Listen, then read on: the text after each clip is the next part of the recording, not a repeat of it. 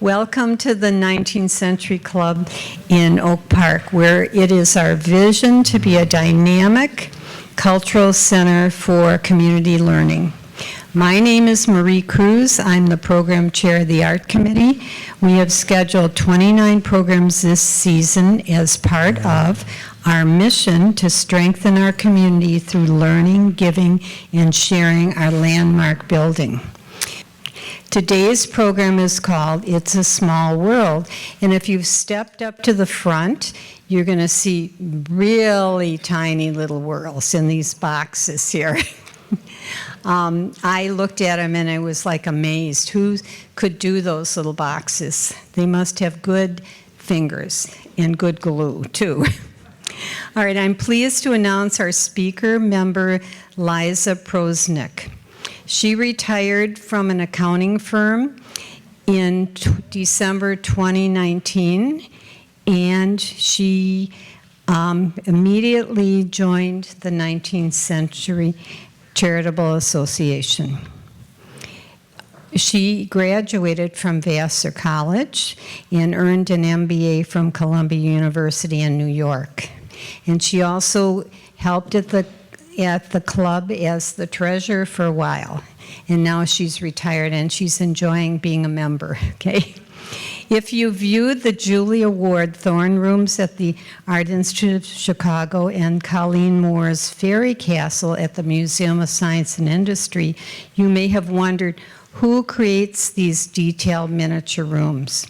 Today, Liza will share her love of miniatures and talk about the ones made by her mother over 30 plus years. And she told me that her mother made over 150 of these. She's trying to find a home for them. So if you have a big space, contact Liza. And please join us downstairs after the program for conversation and tea. Thank you for coming. Today I'm going to share with you the story of my mother Eileen's miniatures. First, a little background on my mother, Eileen Brusewicz. She was born in Chicago in 1924. She loved to make things and she loved to learn. Eileen was always taking lessons. Before her marriage, it was golf, horseback riding, and cooking.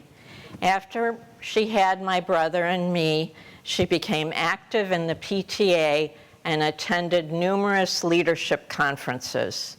Once I went to college, she returned to college and finished her BA in teaching. Then she taught disabled students at Mary Lyon Grammar School in Chicago. When she was teaching, Eileen became interested in making miniatures and joined a club that made miniatures. Each year, she attended the National Association of Miniature Enthusiasts Conference. There, Eileen learned to make draperies with a pleating tool, construct tassels with a tassel tool, dress a bed with a quilted cover, and make furniture. Eileen loved to learn, constantly challenging herself to do new things. This is Eileen's miniature house. A miniature house is different than a dollhouse because everything, the house, the furniture, and the accessories are in scale.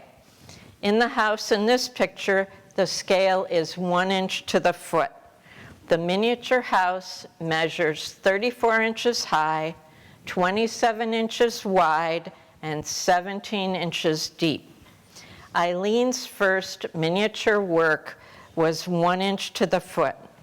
As her small Chicago bungalow began to overflow with miniatures, she began working in smaller scales. 1/2 inch to the foot, 1/4 inch to the foot, and some 1/144 to the foot. The larger scales are much easier to work. The smaller scales require focus and much mini experience. We are going to look at the 6 rooms in Eileen's miniature house: kitchen, living room, master bedroom, dining room, bathroom, and child's room, and also at some of the miniature shops she made. First, the kitchen. Eileen's kitchen includes a sink, a cabinet on the left with a scooping drawer, a refrigerator, a stove, a washing machine, a pie cabinet, rolling pin flower cabinet, dried herb rack, and table with pieces of pumpkin pie. How appropriate for this time of year. And bottles of Coca-Cola, my mother's favorite drink. Eileen made the curtains out of a red gingham fabric that was designed in a 1/12 scale.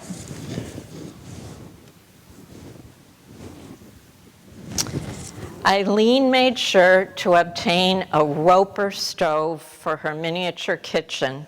In her real house, when I was growing up, she had a Roper stove, 8 burners and 2 ovens. She had learned to cook at the Francois and Antoinette Pope School of Fancy Cookery. Upon Antoinette's death in 1993, the Chicago Tribune said, long before most Chicagoans had heard of Julia's Child, they were busy learning fancy cookery with Antoinette Pope.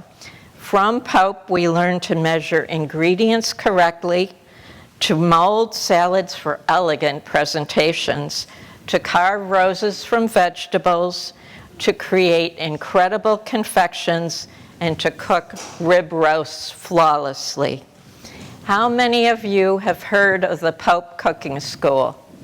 Oh, quite a few. And how many have Pope cookbooks? I do too. When my parents were courting in the late 40s, my father helped my mother carry her cooking equipment to the Pope Cooking School. My parents met at work, Glow Light, a company that made Christmas lights. My mother asked 3 or 4 coworkers to dinner at her mother's house in Albany Park in Chicago, including my father. He responded by asking her out. It was not love at first sight. Eileen said, "You don't need to ask me out." My father assured her that he did, in fact, want to take her out.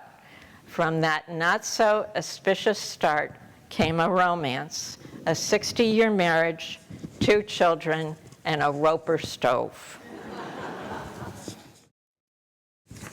Where does the woman of the miniature house buy her meat? At the butcher shop. Perhaps the woman of the miniature house wants some sliced ham for a luncheon or a beef roast for a fancy dinner. Both of these are readily available at the butcher shop. As we look into the shop, we can see the glass counters full of meat, the hand-cranked meat slicer, and the scale. Eileen designed the butcher block to hold a prime rib beef roast and a pork tenderloin. The knife, even though miniature, looks somewhat dangerous. On one side of the shop is a selection of 12 sausages. Perhaps the miniature housewoman's family loves liver sausage. She's all set. There are also rabbits, suckling pig, leg of lamb, and pheasants. The butcher has plenty of white paper and twine to wrap his customers' purchases. There's also ground beef, freshly caught fish, and of course, sawdust on the floor. The meats in the shop were not available in the United States. Eileen purchased them in England at a shop called the Singing Tree. In the 1970s and 80s, London was home to wonderful miniature shops. Michelle Morris opened the doors to the first specialty doll and miniature house shop in the United Kingdom in 1971, and the Singing Tree was subsequently opened by Michelle's friend Anne Griffiths. These shops are closed now, as almost all miniature sales are now online. That said, if you're ever in the Cotswolds in England, you can visit Michelle's current shop in the village of Northleach. Let's return to the miniature house and the living room. The velvet couches and armchairs welcome us, and we begin by admiring the needlepoint rug. The needlepoint rug was made by Eileen's best friend, who belonged to her miniature club and a second club of neighborhood women who met once a month from 1954 until 2014. The original club was composed of 10 or 11 women who had gone to kindergarten together at William P. Gray Grammar School, went to high school at Carl Schurz, got married after World War II, and bought their first family home near their parents in Portage Park. We lived on the same block as a number of these women, and although my mother had not gone to grammar school with them, she was invited to join the club. Once a month, the dads put the kids to bed. The women met to play cards and talk. Many of these women moved to the suburbs in the 1960s. We did not, but the club continued to meet. After the women reached retirement age, the club moved the meetings to lunch. The club members worked together to support each other. Husband in the hospital, we'll come over, give you a break, watch your husband, and take you out to lunch. In the hospital yourself, we'll visit and we'll send flowers. One of the club's finest moments was when one club member died without family, and the club rallied to organize her funeral and memorial luncheon. The club was called the Doris Club because 5 of the 11 members were named Doris. All of us here understand the importance of clubs. My mom made great furniture, and her friend made great needle-pointed rugs and cross-stitched linens. As a result, they exchanged furniture and rugs. Eileen's miniature house has 3 of Doris's needlepoint rugs, plus the stairway rugs. The rug on the screen has a floral motif in light blue, red, and ochre. The rug in the dining room has a fox hunting scene and is my favorite. There is a small rug in the baby's room on the 3rd floor decorated with blue flowers. Needlepoint miniature patterns are readily available on the web, and I also brought a book of needlepoint patterns that you should feel free to look at on the table just below the stage. The stairway carpets from the 1st to the 2nd floor and from the 2nd to the 3rd are in the same pattern but have slightly different colors. The carpet on the left has a dark pink stripe between green stripes, while the carpet on the right has a lavender stripe between green stripes. I have wrestled with this stairwell on a number of occasions to keep it maintained and polished. Something always falls out when I am working on it. I have no idea how Eileen installed either the stairwell or the carpeting. The living room includes a black table with floral decorations that is to the right of the fireplace. It was designed and decorated by Natasha Peshenkovsky, a member of the International Guild of Miniature Artisans.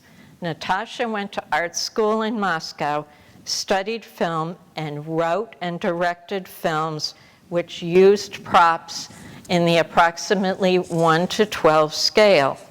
Once Natasha moved to the United States, she began to make and sell miniatures.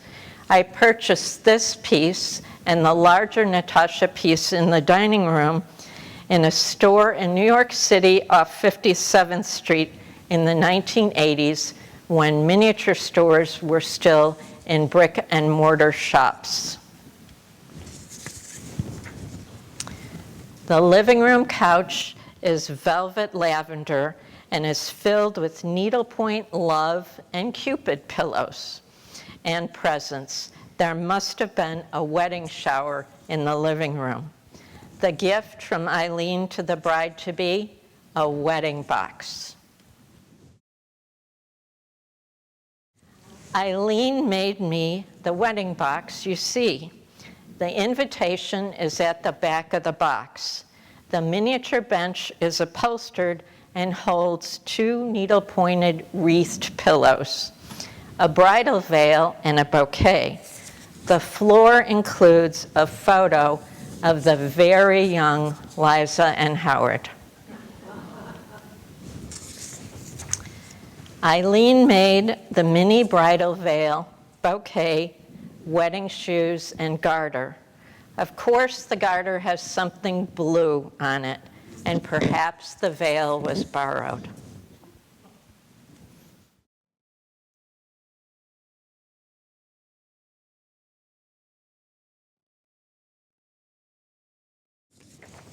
Let's return to the living room. The lavender velvet armchairs rest by the tea table, set for the wedding shower tea with beautiful petit fours, chocolate eclairs, and lovely cups of English breakfast tea. The miniature house woman purchased the pastries from the bakery. Eileen made the bakery early in her miniature career. The front of the shop has a table with chocolate chip cookies, a bundt cake, candied apples, and a boxed coconut cream cake.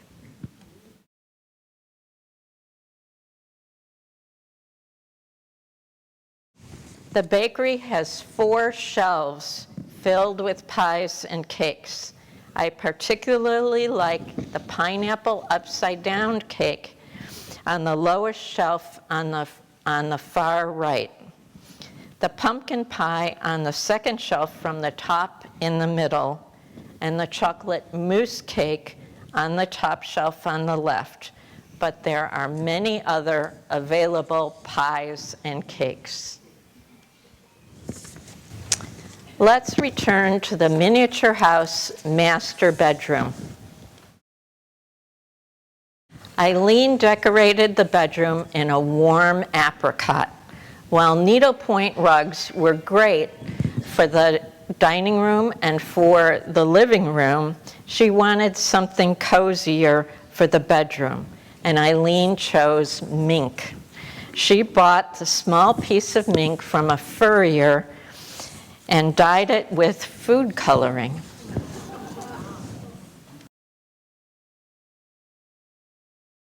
Eileen quilted the apricot bed cover, pleated the bed skirt and bed canopy, adding the pillows and the lace to finish it off. She also made the draped window accents. The bed cover is embroidered with both apricot and silver thread. The dressing table on the left and the clothes cupboard on the right complete the bedroom. All the bedroom furnishings have floral arrangements. Eileen made the lilacs on the left and purchased the rose ceramic decoration on the right.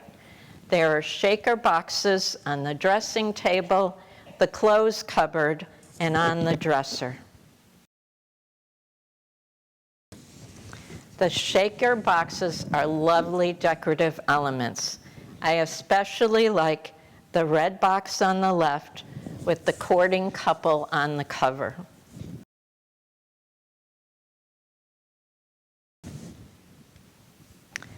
The miniature house woman must have tossed off her hat, jewelry, and shoes after a luncheon or dinner. Where did the miniature house women buy the exquisite silver-strapped, rhinestone-embellished shoes? At Bridget Farrell's shoe store, of course.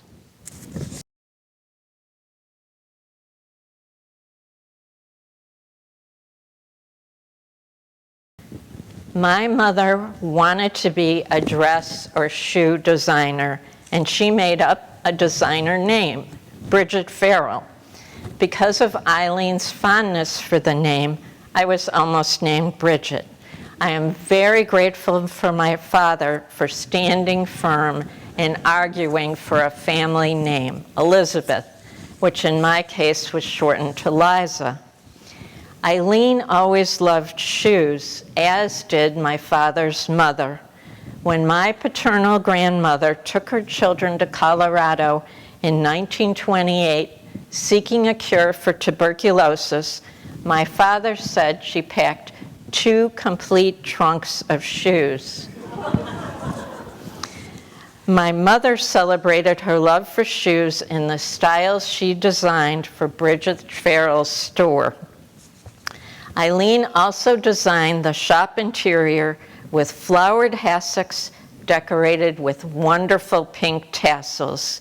Each shoebox is gold covered with the Bridget Farrell name on it and contains a unique shoe design.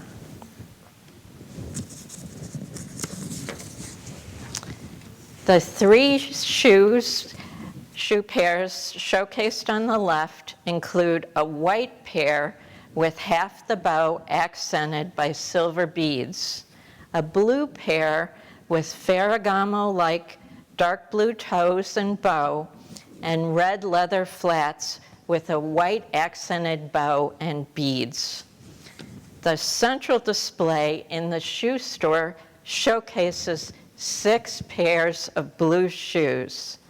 Flats with straps accented in gold, heels accented with extravagant bows, flats with a V-shaped front, woven leather flats, heels with straps decorated by blue rhinestones, and heels with gold decorated large bows. The back of the shoe shop is completely filled with shoe boxes, and each box contains a pair of shoes. Eileen made the lasts for the shoes and then proceeded to design and make approximately 150 pairs of shoes. You can see that some of the shoes are displayed in her shoe storage wall. I have looked into almost all the boxes, and there are indeed a pair of shoes in each. It is hard to see in this photo, but the shoes are stored by size and width. There are a large number of 7AA shoes. Eileen was proud of her narrow 7AA feet. Bridget Farrell also had a hat shop. The miniature woman bought the hat on her bedroom bench at the shop. The selection, as you can see, is wonderful. My mother loved hats. When I was young, she would make her own hats, and I would watch her iron the grosgrain ribbon into a curve that fit the hat. When it came to making a miniature hat shop, my mother looked back to the Edwardian, Victorian, and Georgian eras and produced a number of feathered bee-ribboned confections. Eileen also made the hat boxes that line the top of the display shelf. The shelves include ribbon and feather boxes on the left and trimming boxes on the right. My favorite hat is on the far right in the front. This brown hat has no brim. The top of the hat is composed of taupe and beige rosettes. The back of the top rises in taupe and beige ribbons, looped and decorated with brown feathers. There is netting that supports the feathers and netting that falls down over the net. The hat attaches with a ribbon bow and has another loop of ribbon that falls down over the back of the neck. The black fascinator sits to the left of the brown hat. The base of the fascinator is white silk ribbon.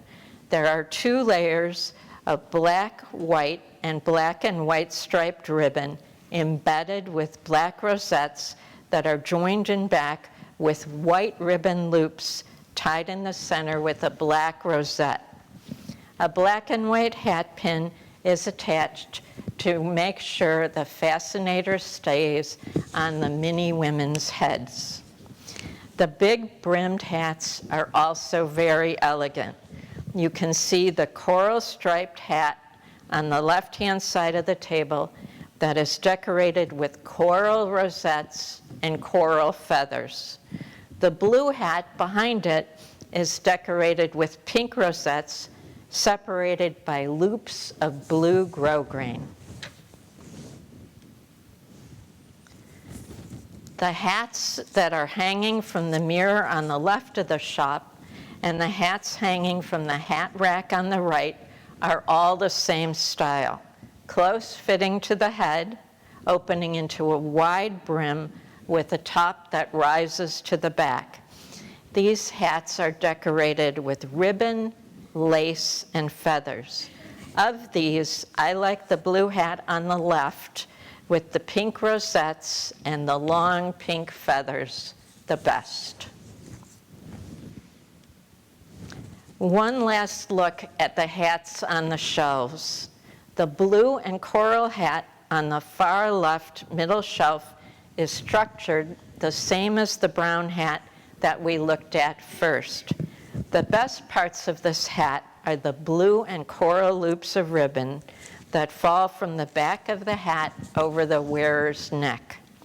The shelves also include a few fascinators in the middle shelf, second from the top on the right, and the far right shelves in the middle. Let's return to the miniature house dining room. My mother collected miniature treasures, and many of them ended up in the miniature house dining room. The cabinet on the left holds the silver miniature pieces: a dolphin, a Fabergé egg, a swan, and a pheasant. The table is set with china, silver, and silver candlesticks.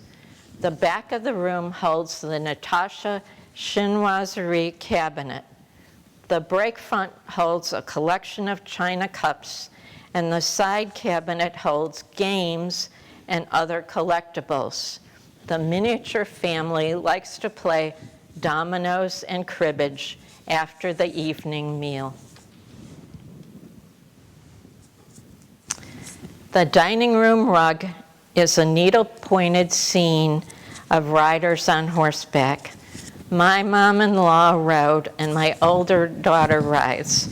Consequently, I love this rug. The energetic scene grounds the room. The sideboard silver is on display. On the right, you can see the dolphin leaping off the top of the sideboard, the pheasant on the left, the swan on the right, and the Fabergé egg in the middle. I've added 2 pictures of the egg. Closed, you can see the gem embedded on the top of the egg, and open, you can see the bird inside. Some of the silver pieces were made by Eugene Kupchak, who was part of the team hired by Mrs. Ward Thorne to make the Thorne Rooms for the Art Institute of Chicago. He and then his sons made and sold miniatures. Eileen also has two Peter Akisto silver chargers and a shell dish that sit on top of the sideboard. I talked about the Natasha pieces earlier. This large cabinet is at the back of the dining room. The mountain scenes on the cabinet doors are lovely. The break front holds a collection of china, mugs, and cups and is topped by scenes from Alice in Wonderland. The side cabinet holds collectible plates and games. You can see the domino sitting on top of its box in the lower left-hand corner and the small Japanese figure next to the red plant on the top of the right side of the cabinet. Eileen needle-pointed the dining room chair seat covers in muted colors. The textures and colors are something my granddaughters have enjoyed exploring in the miniature house. Of course, I always make sure that their hands are clean. As we finished looking at the dining room, I wanted to point out the plants throughout the miniature house. The miniature house woman likes plants so much that she really needed her own greenhouse. So Eileen built her one. The greenhouse. We are viewing the greenhouse from the top down. The side shelves in the conservatory have one section devoted to African violets in honor of Eileen's mother, Emily, who loved this plant. My grandmother was born in Tonawanda, New York in 1889. When Emily was young, her family moved to Chicago. In 1893, Emily's uncle took her to the Columbian Exposition. She was promised a ride on the Ferris wheel, but her uncle found the ride too expensive to deliver on his promise. In the 1960s and 70s, my grandmother was a member of the 93ers, a group of people who had attended the Columbian Exposition that met monthly. Eileen was their designated driver, not because of drinking, but because of age.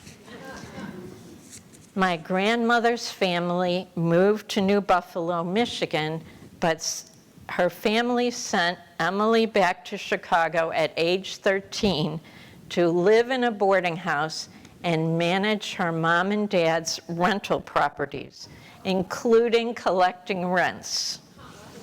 She married in 1910 and had 3 children, Milton in 1912, Lillian in 1920, and Eileen in 1924. Emily divorced her husband during the Depression, went to work, and took over the mortgage in her Albany Park home. Emily paid off the mortgage and lived in the house until her death in 1981. Even in her later years, my grandmother was a force of nature, and I'm glad Eileen dedicated a small portion of the greenhouse to Emily's favorite flower. The rest of the flowers in the side shelves are tulips, hyacinths, irises, and pansies, flowers we enjoyed in our garden in the spring and summer. The base of the conservatory has potting materials, a watering can, and flats for starting seeds. As you can see on the right, there is also a delicately made bonsai tree. The bathroom. It is tucked under the eaves in a small room. The tub includes a miniature bar of green soap. Next, we're going to explore the child's room. The child's room is dominated by toys. There's a shelf of dolls, a Noah's Ark, a collection of giraffes, the dollhouse, easel and paints, the pole Noah's Ark, spinning elephants, and dog. And of course there is the baby herself. The elaborately dressed baby on the right and baby doll on the left are in charge of the nursery. They are loved by my eldest granddaughter, Charlie, who loves to put them in the bath and give them a scrub with the miniature bar of green soap. How many of you remember when the whole fourth floor of Marshall Fields was filled with toys? Yep. My brother and I loved going shopping with Eileen because the last stop was always the fourth floor. The shelf of dolls is reminiscent of Marshall Fields' glory days, as there are 10 dolls. Starting from the bottom shelf, there is a French Mimi doll, a witch, a baby doll, a peddler, a toddler doll, a baby doll, a nanny doll with baby, and 3 fancy grown-up dolls. The shelves also include a log cabin, general store, and blocks. The dolls also have their very own Louis Vuitton clothing case. The left-hand side of the child's room holds the giraffe collection.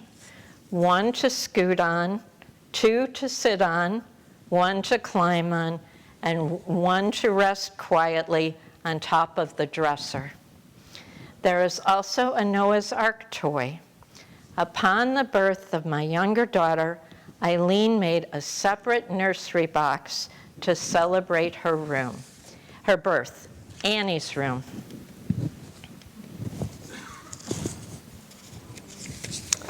Annie's room is an elegant pink and white room. There is a miniature birth certificate on the right wall and a picture of the proud parents holding the baby on the left wall. There's a silver baby cup and a silver pacifier. You can see it on the lower left-hand side.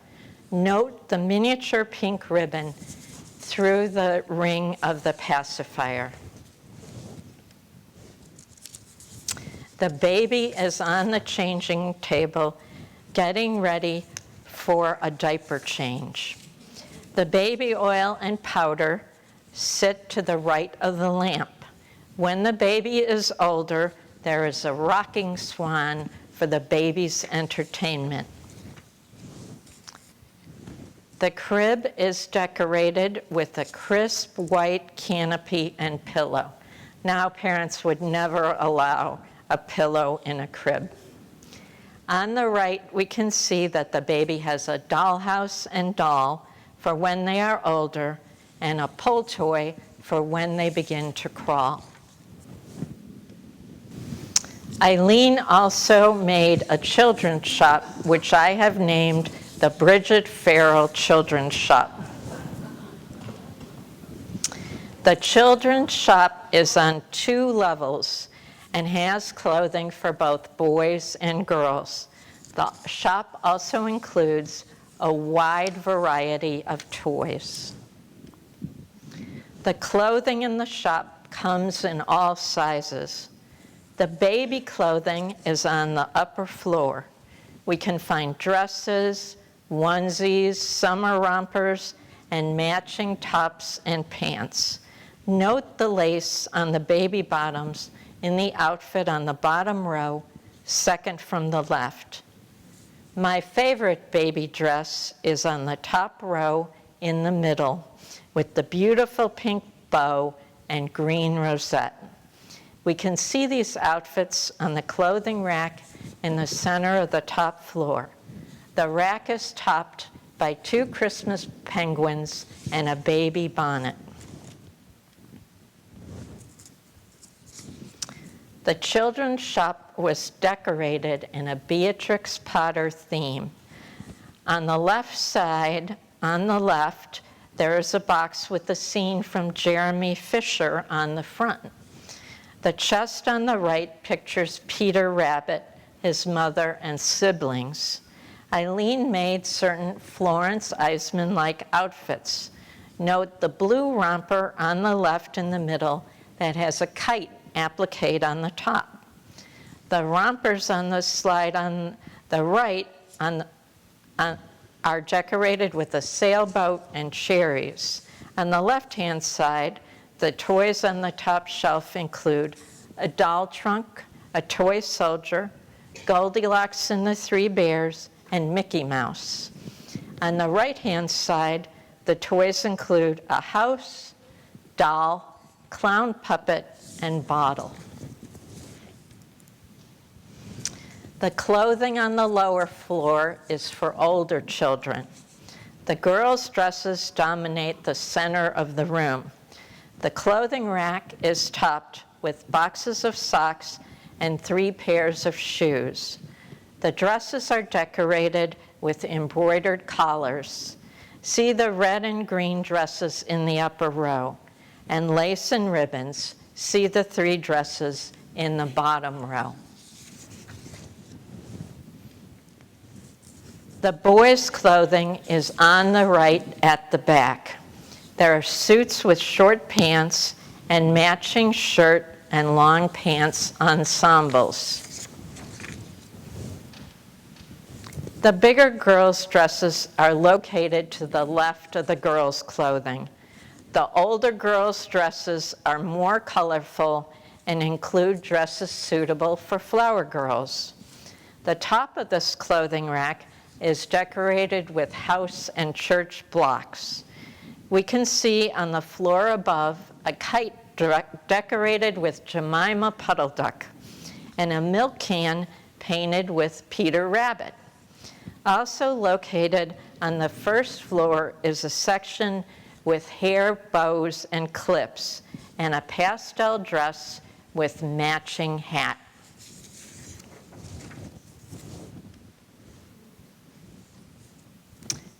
In the left-hand corner of the first floor, more dresses are displayed, and the knitwear shelves are in the corner.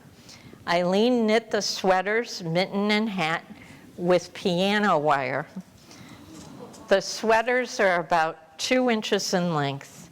We can also see a clay figure of Jemima Puddle Duck on top of the Beatrix Potter painted table, and can get a view of the Beatrix Potter decorated stairs. Here's another view of those stairs. The figures were painted by Stuart Brent's daughter. Before I end my presentation, I want to show you what I use to maintain and build the miniatures. To clean and maintain the miniatures, I use lemon oil, Windex, silver polish, sticky wax to reattach whatever I've removed, Q-tips, and toothpicks. I use paint brushes to dust. Often when I'm cleaning, I break items and end up doing repair work as well. To build the miniatures, I use a cutting board. You can see the paint decorated green cutting board in the right slide. A metal ruler, a magnetic jig to keep corners square. You glue and then place the item in the corner, shoving it in to keep the corner straight with the small magnetic pieces, an X-Acto knife for cutting, tweezers for fine work, an emery board for smoothing wood edges, glue, paint, and of course, paintbrushes. I have put a small display of my mother's miniatures on the front table here, and they include one miniature that I made. Although I've been making miniatures since 2003, I have not yet achieved my mother's expertise. So Thank you very much, and I would be happy to answer questions. I was impressed by some of the cabinetry that is on display there. What kind of wood, and obviously it's to scale. Yes. What kind of material is used for those things? The finer ones are made with a more expensive wood and then made to scale. You can also buy a cheaper wood and then stain it a walnut or mahogany color. You can buy many furniture kits on the web, and I like making those kits.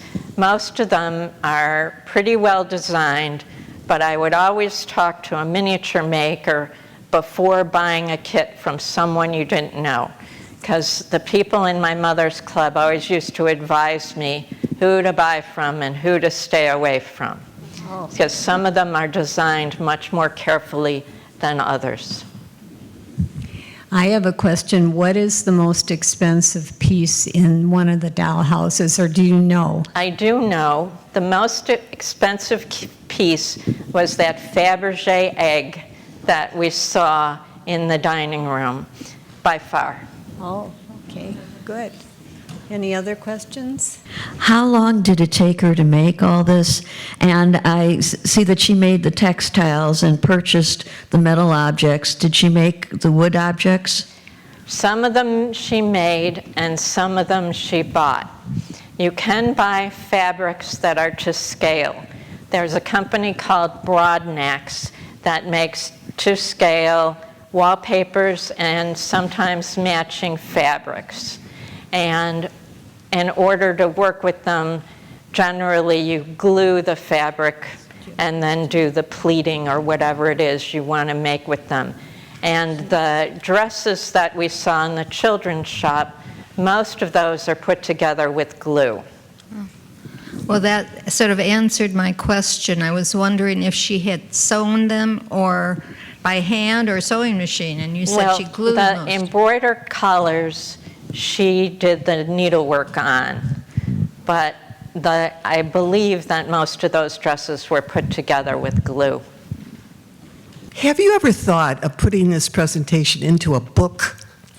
No, I haven't, but it's such a good idea because I think my grandchildren would enjoy it. And they've had I always carefully watch what they touch because I don't want things broken in their exploration of the miniatures. But I think it would be a book that other people who appreciate fine work would read and have in their library. That's very kind of you. Thank you. And are any of your grandchildren into miniatures? They're too small now. Okay. Right now, they just like to touch. Oh, okay. All right. Any other questions? Well, thank you. And please feel free to come up and look.